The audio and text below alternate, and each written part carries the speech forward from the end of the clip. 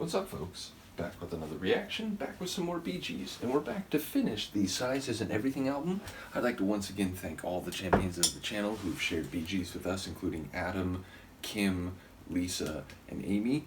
And indeed, not only did Amy send me Mr. Natural, a couple months ago in this journey, she recently sent me Odessa, which I've been told by Lisa is a very experimental album and one that, maybe isn't as popular in the history of their big hit tunes, but is them really sort of pushing and developing and evolving their sound. So I'm looking forward to that. I did mention we're going to go through Horizontal first, and once again shout out to Lisa for sharing a number of albums that we'll be able to go through. So lots and lots more Bee Gees to go through, which I'm very excited about. Again, like a few other groups, it's one that I was obviously familiar with going into this deep dive, but even just up until this point, which is still a minority percentage, I'm guessing, of their catalog, given how much there seems to be, given especially what Lisa was saying.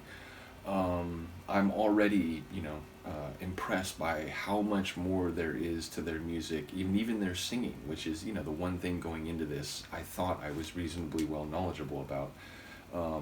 It's been quite the ride. So we're at the final tune of the 1993 album Sizes and Everything, and it's Fallen Angel.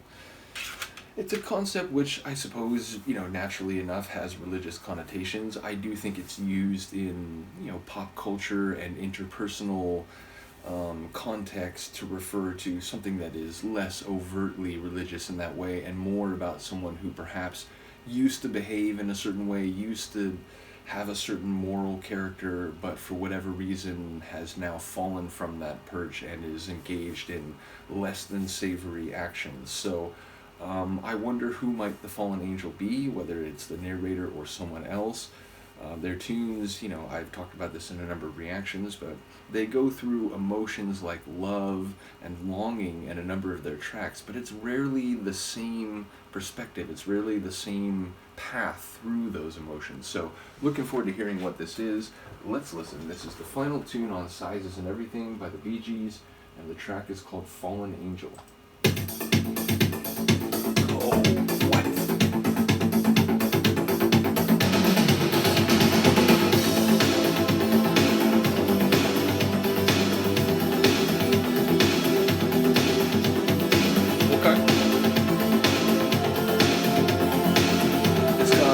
Electronica, it's got Pet Shop Boys vibes.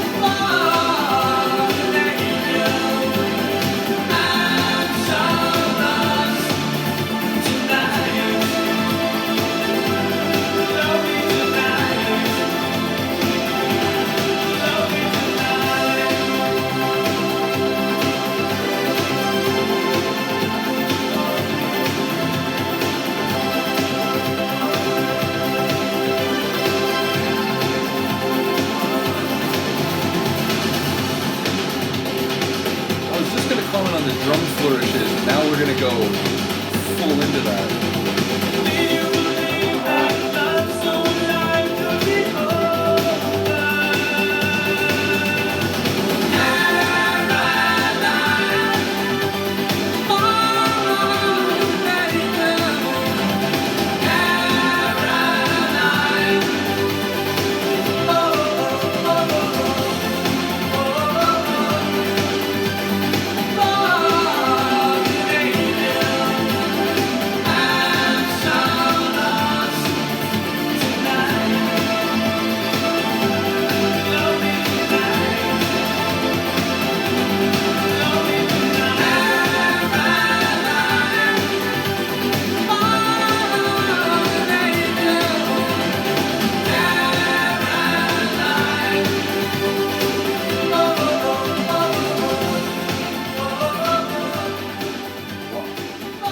I said all those things at the front because that's another tune that redefines, my sense of what they're capable of and what they do.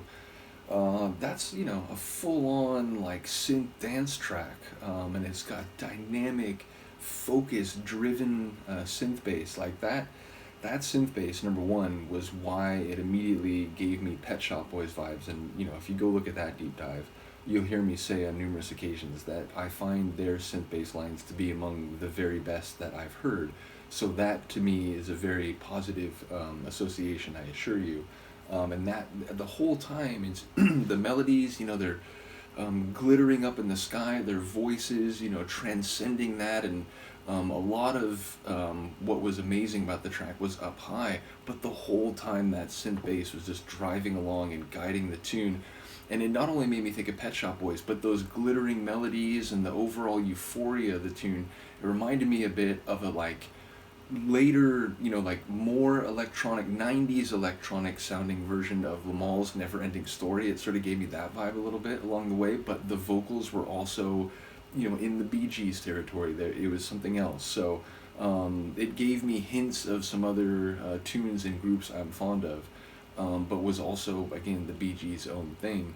And again, I love the way the voices soared at certain moments, just kind of adding to that euphoric feeling. I did love those drum rolls or those drum flourishes, which I was already thinking, okay, when I get to the end, don't forget to comment on that. And then it went into a quick interlude that was dominated by that percussive flourishing, and then boom, right back into the triumphant melody. And I love those big organ chords that came in. There were actually multiple melodic lines that were up at the top. There was a very, again, metallic glittery one. There was one that was more like a rolling keyboard run. So really cool composition and production once again. Not that I've ever said that in a Bee Gees video before. So once again, big shout out to them. It was interesting. Once I heard, or once I realized we were going to go through an album from the 90s, I wondered, what are we going to hear? Some different styles, some R&B stylings, maybe some electronica. The answer to most of the questions I was thinking in my head is yes, but once again, in their own way, not like other people were doing some of these other genres. So, which, there's a number of groups I say that about, and I like when a group can sort of take a general genre or concept that other people are doing, but then take it down their own alleyway, down their own creative street. So big shout out to the Bee Gees. Very much looking forward to going through Horizontal, and then as I said, once we go through that, we'll be on to Odessa, and then more after that. So shout out to all the people who've been here for the Bee Gees reactions. It has become one of the more followed and more active in the comments type of deep dives, and it does seem like people are very keen to talk their music and enjoy talking with me, so shout out to all of you. And yeah, like I said, next time we'll be back for Horizontal, so look forward to that. Let me know what you think of this. I will see you next time. Peace.